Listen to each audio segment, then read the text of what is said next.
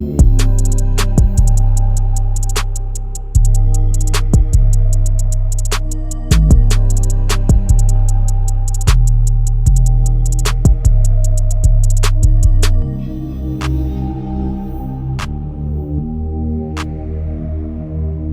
back to the Team to Beat Miami Heat podcast, one-stop shop for daily Miami Heat content. My name is Amir.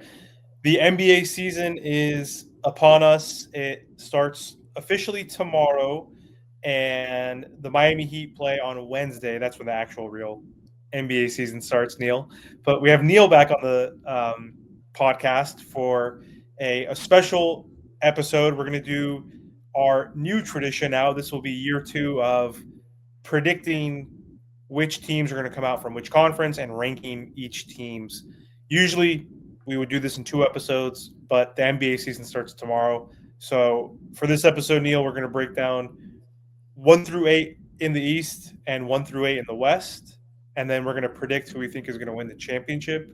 So to get started, let's start off with the Western Conference. And let me share my screen real quick just to give you a reference point, Neil, of rankings from last regular season, right? We're talking about the regular season. So we both picked the Oklahoma City Thunder to win, I believe, last year, right, against the Boston Celtics.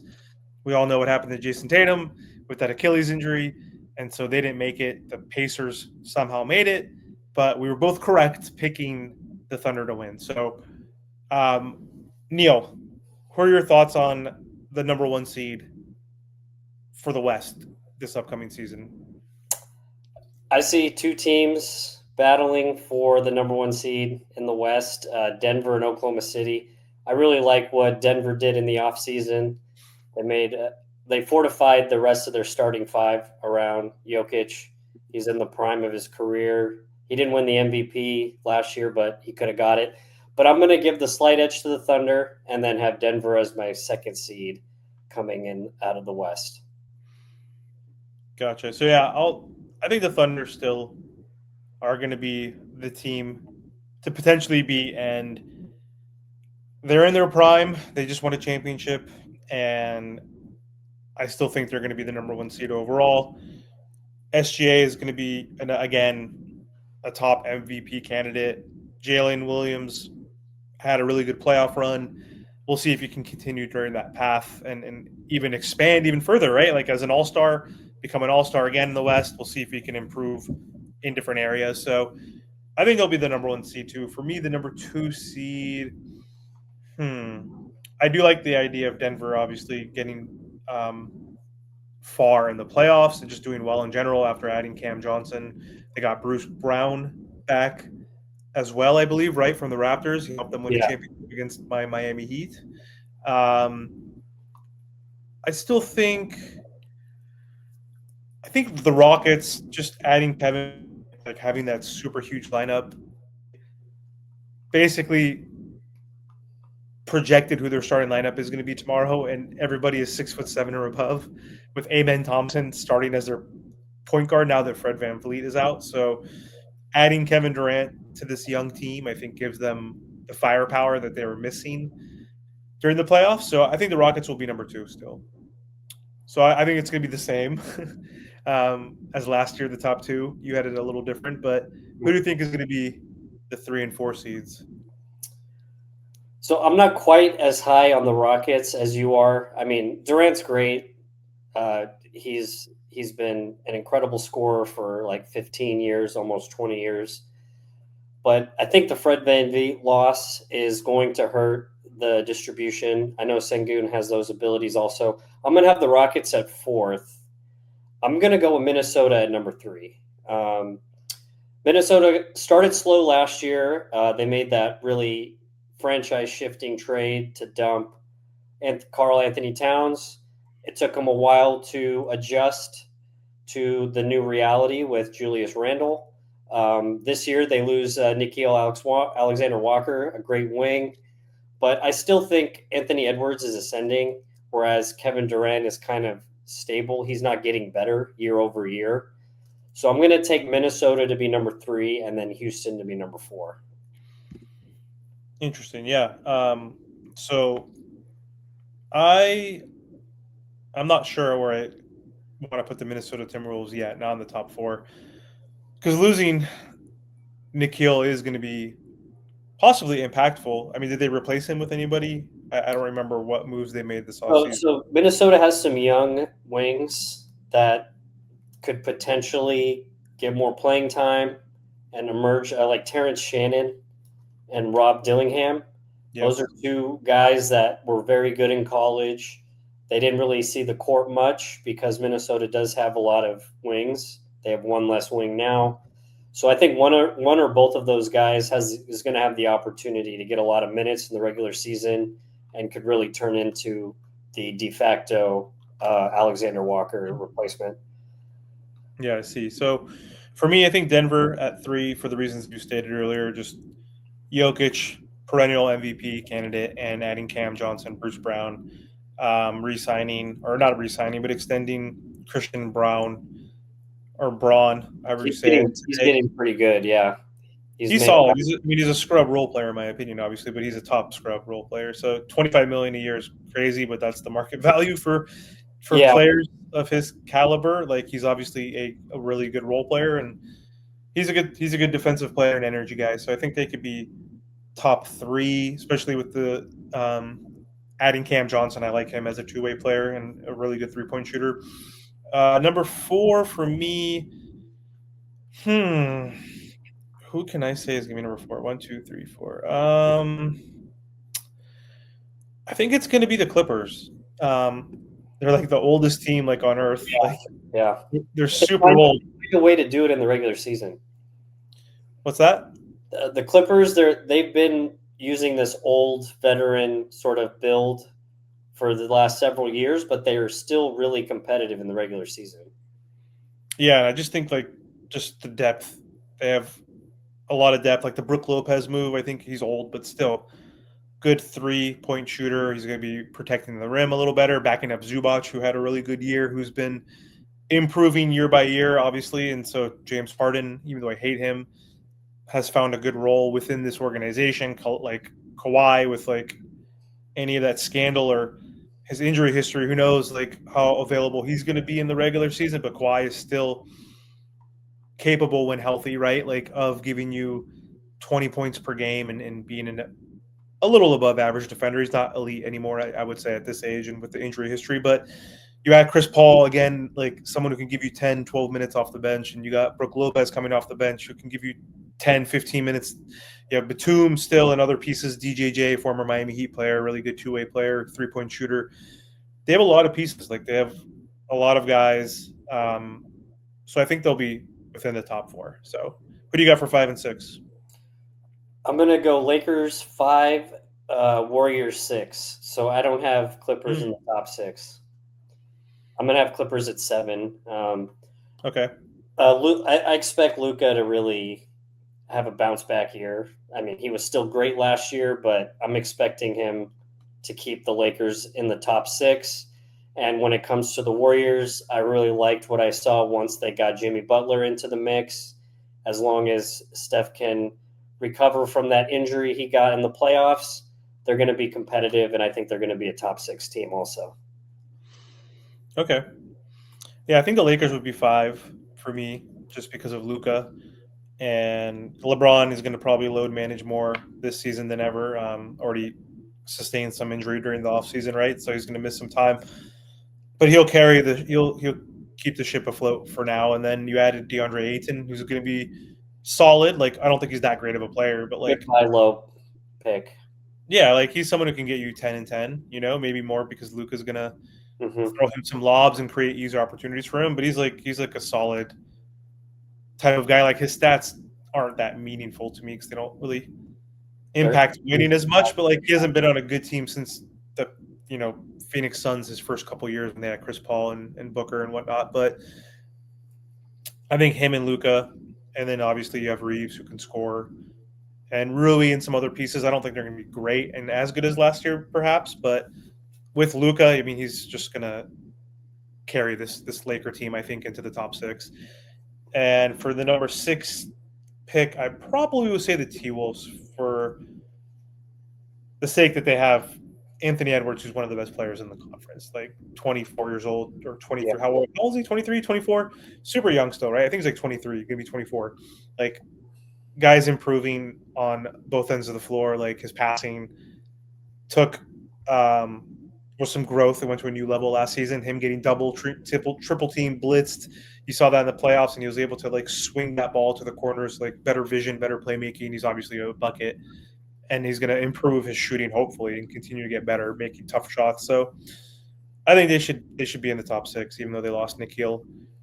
You have Rudy Gobert, and you're always going to be a top 10 defense with Rudy Gobert there, and then Randall played a little better in the playoffs than I thought he would. He's usually choked a lot more in the past with the Knicks, but he showed up a little bit. So I'll say they'll be top 6. Let's round it out with 7 and 8. They've been to the finals or conference finals back-to-back years. That's pretty impressive given how strong the West is. Yeah. So you'd say Clippers 7. Who's your number 8? Number 8, I was trying to decide between the Spurs and the Mavericks. I decided to go with the Spurs because the Kyrie issue, I think, is going to prevent Dallas from truly reaching their potential. He could be back February, March, but I'm going to give the slight edge to San Antonio. Wemby, we know what he is at this point. He's probably a top 5 player right now. You got the reigning rookie of the year with Castle, full year of De'Aaron Fox, and the draft pick is supposed to be pretty good as well. So Dylan Harper. Yeah, Dylan Harper. So I'm expecting the Spurs to break into the play-in this year, and I'm going to have them with a slight edge over Dallas, who I have as number 9. Gotcha. Yep. What am I on? 7? So I think it'll be the Warriors. They're just old. Like, looking full year of Jimmy Butler, but I am a Miami Heat fan, and I understand what Jimmy Butler does in the regular season, and he's going to be even a year older this season. I think he's going to be 36 this season. So even 2-3 years ago at age 33, Jimmy would still load manage and miss 20-plus games every single season, basically, with the Miami Heat. So you can't expect him to play more than 65 games. He gets injured for real at this age, takes longer to heal. He could play even less games. If he plays even less games, I don't see them improving much because, again, they're like the second oldest team in the NBA, basically, right behind like the Clippers with him, Draymond, and Steph, 35, 36, and 37, right? Like, so, and those are your 3 best players essentially, and 3 most impactful players on the team. And then you have young guys that I don't think are going to step up as much. I don't think Kuminga is going to get the opportunity, obviously, with that whole debacle, and just hasn't really been in the rotation much, or Steve Kerr just seems to not have that faith in him or like the way he plays, doesn't fit the system. You have Pods, don't know how to say his last name, always forget, but like he's a solid role player. But like, how much better is he going to get? How much better is Buddy Hield going to get? He's a solid role player, can hit threes. I don't think there's enough. Al Horford's like 50 years old. Also, I forgot about that. He's at it as well. Like, that's solid, but like, come on, like, what is he really going to do? But I mean, come playoff time, Jimmy, Steph, Draymond are healthy, then like they do need help, obviously, and they need a Kuminga and a Buddy Hield and some other guys to step up. Yeah, they need some luck with injuries, obviously, with like a Jalen Williams getting hurt or a Sengun getting hurt, possibly, right? Like, there's always someone that gets hurt, like for them to perhaps have a real path of getting to the finals. And if they get to the finals, they should beat any East team, I would say, this year. So it's like whoever gets to the finals of the West, is most likely going to win. So I'll put them at 7, I think, which is what they were at last year, right? And then 8, the Grizzlies lost Bane, and they're always hurt, and Jaw's probably going to like do something stupid, or he's just always going to be like banged up, like Derrick Rose style, like similar kind of player to Derrick Rose, in my opinion, with that, speed and athleticism and dangerous style of play. So I think the Spurs will leapfrog them too. So like, I agree with you. Like, Wemby last year was like a top 10 player. I think he's going to improve and he's getting better. He put on 30 pounds of muscle, which is crazy. So like, his passing is improving in year 2. Like, his defense, he's going to be a top 3 defender, maybe a decoy. Like, his ability to score like 25 points per game in his second season, that can, if that gets up to like 28 points per game, 29, 10 rebounds, 5 assists, 3 blocks, like this guy could be the MVP, could be a top 2 or 3 player in the NBA. Like you said, he's probably top 5 or 6 now, Yeah, right? Like, top 10 is the floor at this point. what's that? Top 10 in the league is like his floor. Yeah, Like, 100%. He's top 10 for sure. I think he's definitely top 10. So I think they'll finish 8th. They have, again, Fox, full year of Fox. Actually, no, he hasn't even played with him yet, has he? Or no, he did play with him last year. He got traded at the deadline, right? got traded around the deadline. Yeah, never mind. So they will have a full. I was right. So they'll have a full year of Fox. They have the rookie coming in, Castle. Do they add anybody else in mind? They got some like depth. I think they got Luke Cornett from the Celtics. Okay, he's a good defender, rebounder. I mean, like you could see, like Wemby, you can kind of save some of the tread over the course of the regular season. So Cornett can kind of provide that big presence inside. So, yeah. Yeah. Oh, they got Carter Bryant as a rookie. Also, he looked. Yeah, I don't know much about him, but I think he had a good preseason. Hard to kind of put any stock into preseason, but apparently he's doing what he should do. Oh yeah, and I forgot they got Kelly Olynyk, former Miami Heat player, 7-footer who could spread the floor. Yeah, obviously you still have Keldon Johnson. You have Harrison Barnes. I forgot about. Like they're deep. They have a deep ass team now, especially with the youth they've injected. Yeah, I think the only knock that I would have on the Spurs is whether this new coach can really provide them with the leadership needed. Because replacing Pop is not going to be easy. No. So I'm wondering if this coach has the goods to kind of take them to the next tier out of like chronic losing for the last like 4 or 5 years. And we're not asking for much. We're saying the 8th seed. You know what I mean? Like they could theoretically get the 5th seed. You never know. It's the regular season. Crazy things have happened before. So the last few years, the Cleveland Cavs have been the number 1 team. Like they dominate regular season, but they choke in the playoffs, which I love. So yeah, let's switch to the East. Top 8. Let's go for their first 2. Yeah, so the East is a wasteland, as we all know, with all the destruction taking place with injuries. Completely. I got to go with the Cavs as the number 1 team. They have not that many injuries sustained, and they still have like the kind of team that is bred for regular season success. Postseason is a completely different story. And then I'm going to go Knicks number 2. So kind of boring because those are probably the 2 easiest to pick near the top 2, even though I feel like there's been a compression. Like some of the good teams like the Celtics and the Pacers got injuries. The Hawks and the Magic came up with some good off seasons. But I'm going to keep it relatively boring and say Cavs finish first and then the Knicks finish second. Yeah. Damn, their home record was great. 34-7, single digits. That's pretty insane. I think the Cavs, I don't think they'll win 64 again. Yeah, I don't think so either. But I think they'll get the number 1 seed. They're pretty much coming back fully intact. A good blend of young, up-and-coming guys and veterans as well. So I think they'll be solid, obviously. Knicks, I freaking hate, obviously, as a Miami Heat fan. Not as much as the Celtics of late, obviously, but as long as Jalen Brunson's healthy, he had an ankle thing in the playoffs, but he's really good, obviously, and Karl Anthony Towns, like it didn't really translate in the playoffs, but which I'm happy they lost to the Pacers, but he's obviously still a solid top big in the NBA, and so and they have all the pieces, obviously, with all the wings that you can ask for with OG and Mikal. So I think they'll stay number 2. For 3 and 4, who do you think is going to be the 3 and 4 seed? This is where it gets interesting because the injuries, like Dame is out, Halliburton's out, Jason Tatum's out, as you mentioned. So all these injuries have changed the landscape. It's pretty open. So who are 3 and 4 for you this season? So I'm going to go with the Magic. Last year they probably suffered the worst possible season you can imagine.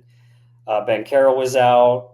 Franz was out, Suggs was out, but they still managed to get into the playoffs. I think they were the 7th seed last year after getting through the play-in. I'm just expecting better health, and then having Bane around is obviously a plus. So I think they have like the best opportunity to take advantage of health if they get it to kind of move into the next tier. But it's pretty like it gets tough right here. I think the next 4 or 5 teams can really end up in any order. So it was tough for me, but I feel most confident about Orlando at the start of this new season. Yeah, I mean their defense is amazing. They were number 2 behind the Thunder last year in defensive rating. Like, look at their points allowed. Or is it they only scored 105, but they only allowed 105, right? Like, look at that. Yeah, and like Paolo he's that dude. He might be one of the best players in the Eastern Conference this year. He could be, yeah. So I'm gonna go with the Miami Heat at number 3. Okay, Just kidding. give me your favorite pitch on that one. No, I'm just kidding. I'll probably, damn, yeah, like it really is kind of up in the air between like 3 and 6, I would say. But yeah, I think I'm gonna go with the Pistons Okay. over the Magic for now. But then Jaden Ivey just got hurt, which is unfortunate. But he was hurt a lot of last year anyway, right? So they were able to do this without him. But Cade is that guy. Like, essentially, like last year, he showed that he was that guy. I think he's like going to be a potential superstar if he continues on the path that he's at, and he's like kind of like a Grant Hill, like former Detroit Piston, like triple double threat, like kind of like the LeBron before the LeBron. Obviously, I'm not comparing. He fills up the stat sheet. Like 26 points, 8 rebounds, 7 assists. Back in the day, Grant Hill was able to do that. He's able to do that as a oversized combo guard, right? I mean, he is kind of like their de facto point guard, but he's like 6'6", 6'7", a guy whose playmaking has improved. His defense has improved. He's giving you 25, 7, and 7 or something along those lines.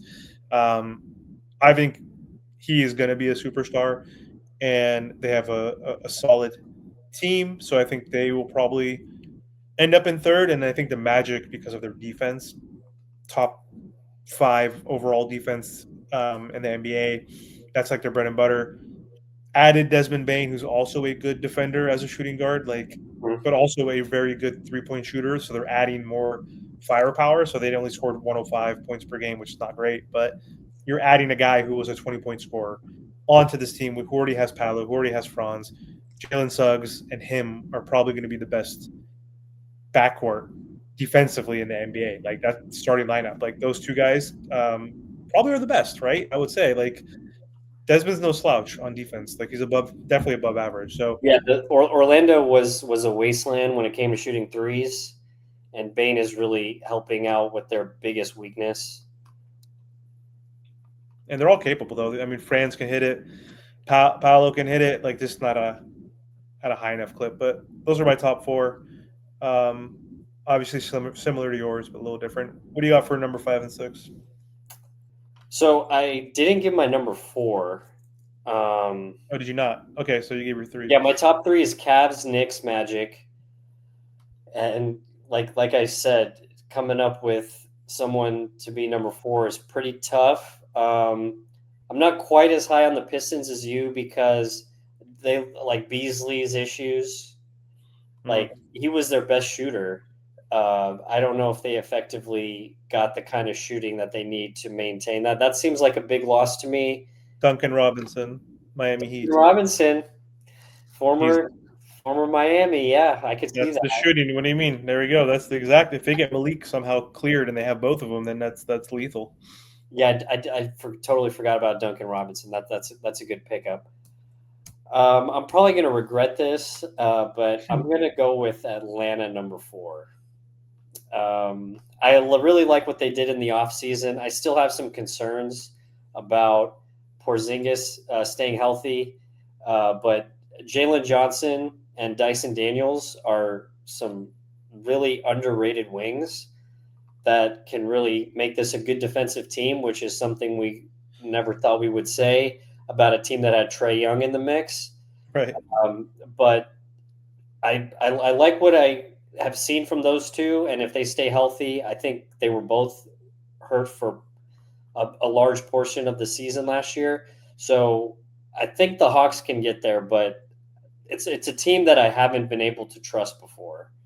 I've always been like the Hawks are overrated. They're not going to go anywhere.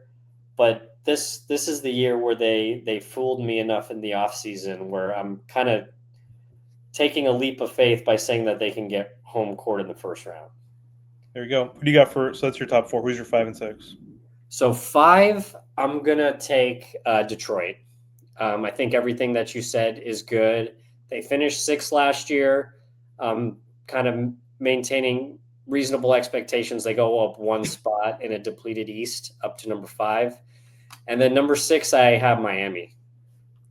You have Miami? I have Miami finishing in the top 6. Why?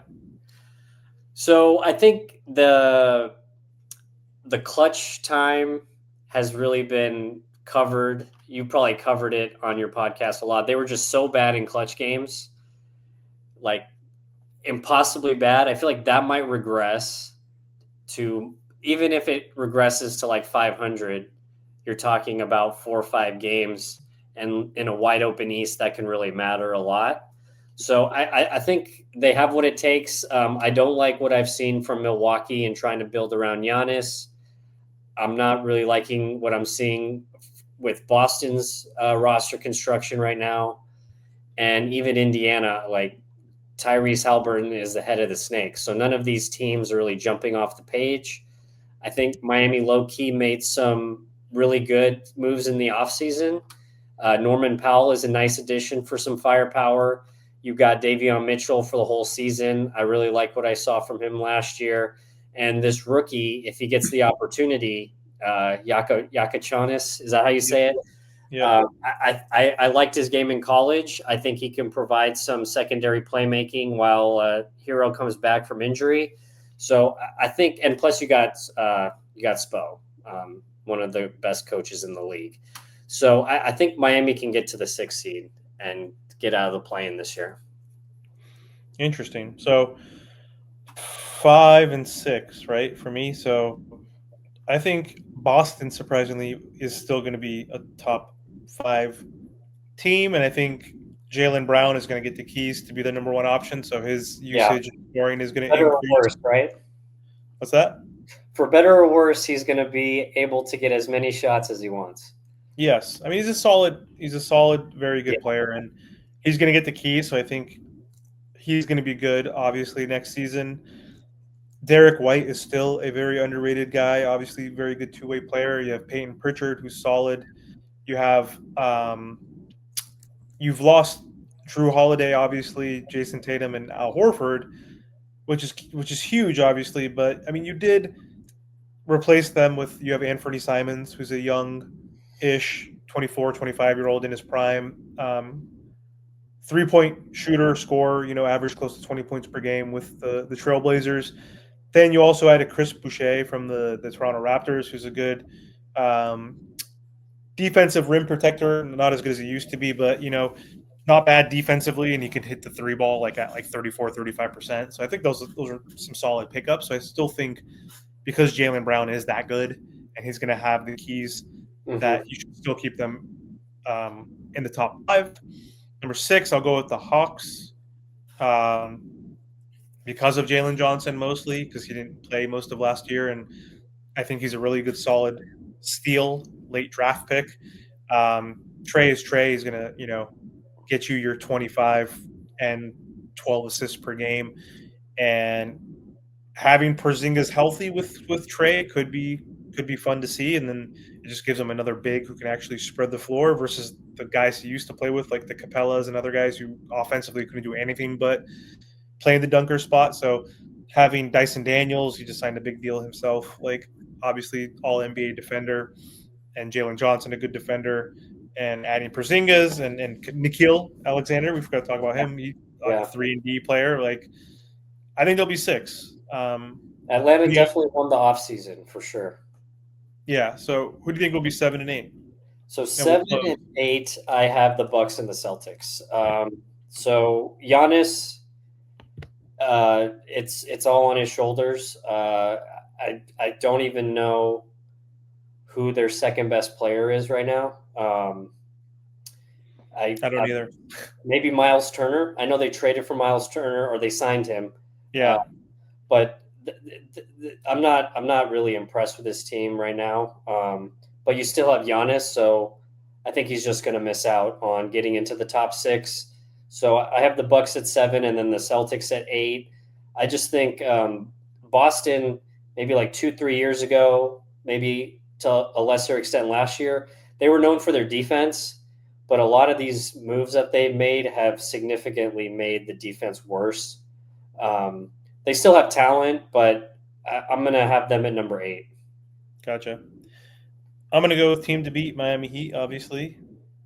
Can't leave them out. I think that's crazy. I mean, the Heat have not won a game in the last 10 games. They went 0-6 in the preseason and 0-4 in the playoffs against the Cavs. And if you remember, Neil, Game 5, how much they lose by? 55 at home. The game 3, guess how much they lost by at home? 37. They lost 2 games by like 90 points at home. Like on the average loss of 45 points in the playoffs, like is insane. Obviously, that was last year as a different roster, but still not drastic changes, but still they haven't won 10 games. The playoffs were last year. The preseason doesn't really mean shit, honestly. Like you're not playing your starters, full time, and you're testing out rotations and playing guys who are going to be either in the G League or not, or on Exhibit 10 contracts. So, but still, they haven't won a game in 10. They haven't won a game, and I don't even know when they won a game. I don't even know which games they won in the regular season, right? Like I don't know how long it's been. To get the 8 seed. What's that? They won the play-in game to get the 8 seed. There we go. That's the last time they won. Exactly. They beat the Bulls or the Hawks or whoever the hell it was. Yeah. Like they always do. But yeah, I think they'll finish the 7th just because their offense is not going to have the firepower. Like, yes, we added Norman Powell for nothing. For Kevin Love and Kyle Anderson, like what a steal. He's looked great in the preseason. He's a 3-level scorer. Looked great with the Clips last season, but like even adding him on this team, it's just like we don't have the 3-point shooting. With Tyler Hero out for the first month, potentially, like that could be detrimental. So, like, yes, Norm can step in his place, but what is the record going to look like at the beginning of the year without Tyler Hero? Niko Jovic, he just signed an extension. He's our 6'10" unicorn, type of young guy going into year 4. He hasn't played in the preseason after the first few games. Like he has a back injury. He had a back injury his rookie season. Like he played 47 games last year, the year before that 47. So that's not a good starting point. But I think because of the injuries possibly and just not having enough firepower, even though we do have Norman Powell, Wiggins, Tyler, Bam, Davion Mitchell, like on paper, we have some good pieces. Then we have the young guys like Jaime, hopefully can bounce back. We have Khalil Ware, hopefully going into year 2 can improve. Yeah. Niko Jovic. We need some guys to pop. And if they do, I think that he could be like top 4. I think they could, like, best case scenario, I think they could be number 4. I think they could get ahead of possibly even in Orlando. Like if everything pops, Wiggins and Powell are NBA champions, like in their prime, right? Our 2 veterans who are the older guys on their team at 31 or 32 and 30. Then you have Tyler at 25 in his prime. If you can come back and be an all-star again, then maybe we'll be ahead of that. But based on current circumstances, injuries, and just the way their offense has been, and it's been flat even in the preseason, and their 3-point shooting has been worse with Duncan Robinson traded, with Tyler Hero injured, with Niko Jovic injured. I think we're lacking that 3-point shooting, which is critical in today's NBA. So I'll put them at 7 with the potential to do obviously better. Obviously, we never know what's going to happen with injuries, but there's clear upside possible. Say it again? There's clear upside potential with what you guys have. More so than last year. Like Jimmy Butler gone, that was a big distraction, all that crap. Didn't try all that stuff. So injuries, regressions, all this stuff. But we have Spo. We should be at least top 7. Number 8, I'll go with the Bucks too, just because Giannis is a freaking perennial MVP himself. He's a walking 30, 10, and 8. Like that guy is gonna get you a double-double with 30 points per game, which is insane. And it's in the East. So yeah, no Damian Lillard. That's a big blow for them, obviously. But him, Miles Turner, and AJ Green, or whoever the hell else. Yeah, I don't know who their guards and backcourt are right now. I mean, let's take a look. It's like a wasteland for them. So let's see who that is. I just want to see. I'm very curious. Cole Anthony, okay, not a horrible pickup from the Orlando Magic. Kyle Kuzma, fine in the regular season. You have Kevin Porter Jr., like you have Gary Harris. I think you have Gary Harris. You have Gary he's a Trent good Jr. shooter. Gary Harris is a good shooter. I'll give him Yeah, that. I mean, dude, you might be surprised. I mean, they have Amir Coffey from the Clippers, who's solid. Great first name, obviously, best name I've heard. They have Gary Trent Jr. who could shoot threes. Gary Harris, not a bad guard from the Orlando Magic or wherever he's been lately. Then again, Kuzma's fine in the regular season. You don't trust him in the playoffs, but Kyle Kuzma's capable. You have obviously Miles Turner, like you mentioned. Cole Anthony wasn't too bad off the bench, with the Magic as a 3-point shooter. So they have some stuff around Giannis. I mean, Giannis is a top 3 player. Giannis is right. Giannis is top 5 player no matter what, right? Would you say? But when it's like nut crunching time, who's the second guy? Turner? I mean, yeah, you don't have enough, but who cares? It's the regular season. Anything can happen. This is just regular season. We're not talking about the playoffs. Like, right. I think they should be 8. Like, just Giannis is that good that he should be carrying the team, because Chicago, they're young, they're up and coming, but I just don't think they're good enough. Toronto, again, young, not good enough. Brooklyn, tanking. Charlotte, Wizards, tanking. Philadelphia, I mean, for all that we know, they could be top 5. It can't be as bad as it was last year. Or it can, but it can't. You're right. Who knows? Like, they could be top 4. If Embiid somehow plays 50 games or more, if Paul George plays 60 games or more, I'm not asking for much, and I don't want anybody to be injured, right? Like, I want to see teams play, like, and especially these guys who are obviously very good players in their prime. But if Paul George can play some games, and if Embiid can play some games, and you got Maxey, who's obviously a very good player, I'd say he's a top 20 player in the NBA. Then you have McCain. I think he just got hurt. I think he just broke his thumb or something, but he'll be out for a little bit. But you have McCain, who's a solid dude, right? Like those 4 guys alone right there. I mean, that's, and apparently they like Edgecombe. Oh yeah, you forgot you got VJ. Even better, look, like they got a freaking top 3 pick. Like, this guy's like a Dwayne Wade type of player. Yeah, people really like Edgecombe. He's definitely got potential to pop for sure.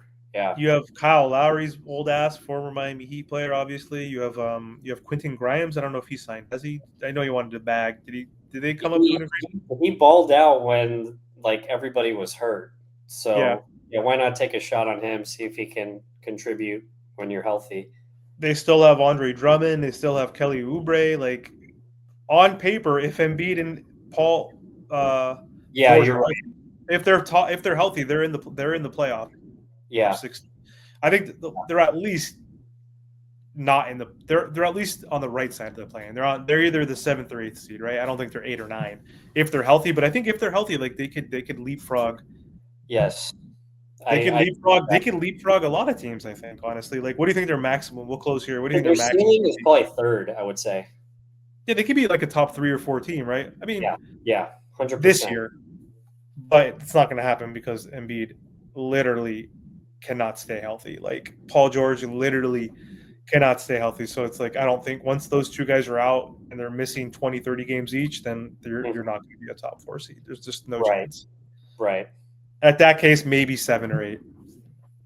Maybe. That's saying if they miss 20 games. The difference and say 6th. Yeah. Like, the floor is 7, 8. The ceiling is 3. So you say maybe they get to 6. Or they get hurt again. They both miss 50-plus games, and they're freaking the 10th seed, right? And teams like Toronto and the Bulls will have young talent that could beat them, They'll leapfrog them. So it all really just depends on mostly Joel Embiid, right? So even if Paul George is out for a while, if Joel plays 60 games and you have Maxey healthy, like, those 2 alone in the East, that's and the role players that we mentioned around him, which are not too bad, that should be enough on given nights. So, all right, before we close, you said 30 minutes. We're at 40. So we're already way over, but let's predict who's coming out of the East, who's coming out of the West, who's winning it all. Last year we were correct overall, but we didn't get the matchup correct. So who do you got in the finals? I have the Nuggets over the Knicks. Boring. Okay. Well, the one thing that gives me pause about the Knicks is I'm not a fan of the Mike Brown hire whatsoever. I don't think he can take this team to a championship, but the East is just so bad. Yeah, I know, man. I don't trust Cleveland enough, honestly. I just feel like they're just going to choke. So I landed on the Knicks, but Mike Brown, I can't see him taking him to the championship for sure. But yeah, so I went Nuggets over Knicks. Damn, man.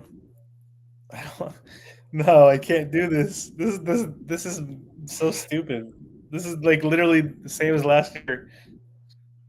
I literally I literally was thinking Nuggets over the Knicks. Like I had the same thing. I mean, I hate the Knicks. I was gonna like, can I throw in the Magic somehow making Yeah, it? you could consider the Magic. No, they're not gonna make it. That franchise will not make it.